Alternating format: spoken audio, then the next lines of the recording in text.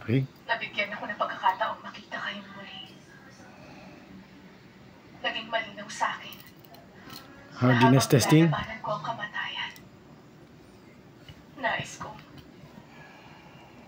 makasama si Maestro Pumpek habang buhay. Hindi ko samawakan.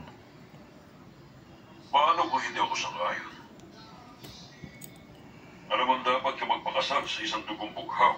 Hindi ko samawakan. Saka naman. Kung masusunod ang tradisyon, itatakwil ko ang aking pagiging maharlika.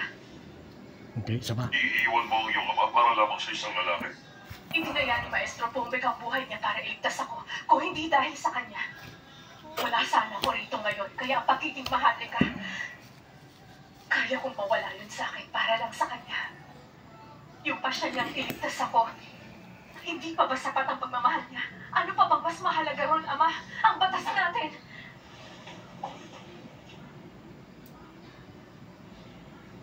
Okay, isa pa. Subukan pa natin isa pa. Hindi ko kasi mahawakan ng ayos. Dapat kasi ito may holder. Hindi ko kasi ginawa ng holder. Mukhang kilalang kilala mo talaga si Pumpek. Yun. Pero hindi ang sarili mong ama, See? prinsesa. Hiwa na yan. Tutuulan ko na lang. Dali mo si Pumpek sa akin. Ibig niyo sabihin, Okay na. May sapat na akong dahilan. Yan po yung mga batong ginagamit ko. Ni-embed ko. Kailangan precious stone. Yung kaloob ng buwan. Kaluluwang minamahal ng langit ang mamanubangin ko. Hindi ba magpapana na yun para sa sol? Ay, Ama! Wala talaga kayong katulad! Ama, mahal na mahal ko po kayo! Mahal na mahal! Ay, naku. Hindi na Walang halaga ang ano. Prinsesa.